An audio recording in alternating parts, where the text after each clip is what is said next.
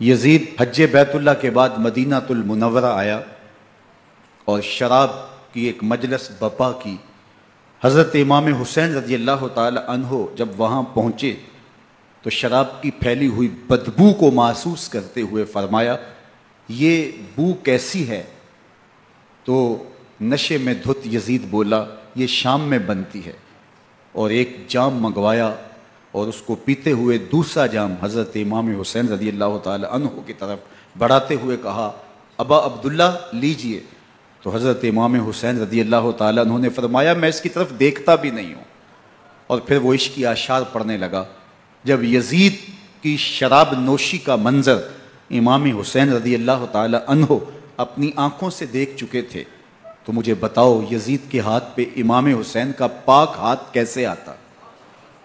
حضرت امام حسین رضی اللہ تعالی عنہ جس ماحول میں پلے تھے، جس ماحول میں پرورش پائی تھی، جس ماحول میں رہے تھے، وہ پاکیزہ اور تقدس ماحول تھا، اور یزید کبھی اطراف دمشق میں، کبھی غوطہ میں، کبھی الخزرہ محل میں، اور کبھی کہاں داد عیش دیتا رہا اور لہو و لعب کے اندر مصروف رہا، اور اس کی زندگی ان چیزوں سے عبارت تھی۔ وہ محرمات کو حلال قرار دیتا، شراب نوشی اس کی ہڈیوں میں رچی ہوئی تھی، اور شریعت بیضا کا مذاق اڑایا کرتا، اور حسین ابن علی رضی اللہ تعالی عنہ کی دوستیاں جن لوگوں سے تھی وہ عبداللہ ابن عباس تھے، عبداللہ ابن عمر تھے، حضرت عبد الرحمن بن ابو بکر رضی اللہ تعالی عنہ تھے۔ یزید تو جوا کھیلتا رہا، یزید تو قمار بازی کرتا رہا، یزید تو شراب نوشی کرتا رہا، اور حسین ابن علی مسجد نبوی کے ممبر میں حضور کے پہلوؤں میں بیٹھتے رہے۔ اللہ اکبر! حسین کے لیے پیغمبر کے سجدوں کو طول دیا جا رہا ہے۔ حضرت سیدہ فاطمہ الزہرا رضی اللہ تعالی عنہا کے گھر کے قریب سے گزرے تو حضرت امام حسین کے رونے کی آواز آ رہی تھی، تو آقا کریم علیہ السلام نے فرمایا کہ فاطمہ حسین کو چپ کرواؤ، الا تعلمی ان بقاءہ یؤذینی، تو جانتی نہیں حسین کا رونا مجھے دکھ دیتا ہے۔ حسین ابن علی کو حضور رونے نہیں دیتے تھے، ان کو دکھی نہیں ہونے دیتے تھے، کیونکہ رسول اللہ صلی اللہ علیہ وسلم جانتے تھے کہ یہ کتنے دکھ سہے گا، کتنی تکلیفوں سے گزرے گا، اور کتنے مصائب سہے گا۔ زمانے نے وہ گھڑیاں بھی دیکھیں کہ حضرت حذیفہ بن یمان رضی اللہ تعالیٰ عنہ فرماتے ہیں کہ میں حضور کی خدمت میں نماز مغرب کی ادائیگی کے لیے حاضر ہوا، اور میں نے یہ اجازت خاص طور پہ اپنی ماں سے اس شرط پہ لی تھی کہ امی آپ مجھے اجازت دیں، میں حضور کی خدمت میں حاضر ہوتا ہوں، مغرب کی نماز بھی ادا کروں گا، اور پھر حضور سے عرض کروں گا حضور میرے لیے اور میری ماں کے لیے بخشش کی دعا کر دیجئے۔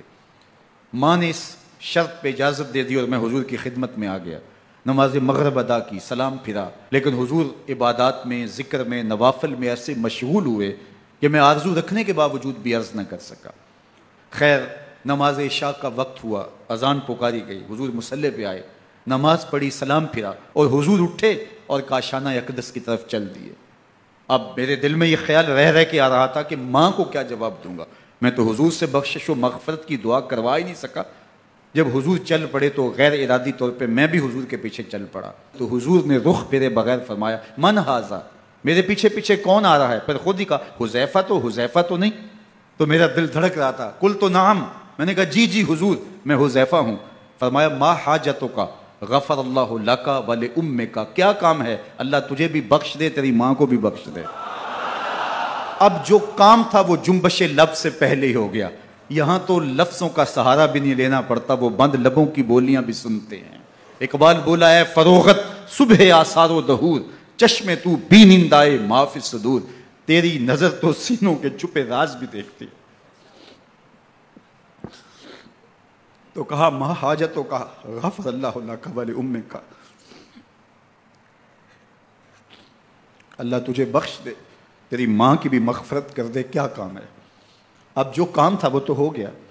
تو میرے حضور نے ارشاد فرمایا حذیفہ سنو، ابھی ایک فرشتہ آیا ہے جو اس سے قبل دھرتی پر پہلے کبھی نہیں آیا، آج پہلی مرتبہ اللہ سے اجازت لے کے دو کام کرنے آیا ہے، ایک تو مجھے سلام کرنے آیا ہے، اور دوسرا خوشخبری دینے آیا ہے کہ آپ کی بیٹی فاطمہ جنتی عورتوں کی سردار ہے اور حسن اور حسین جنتی جوانوں کے سردار۔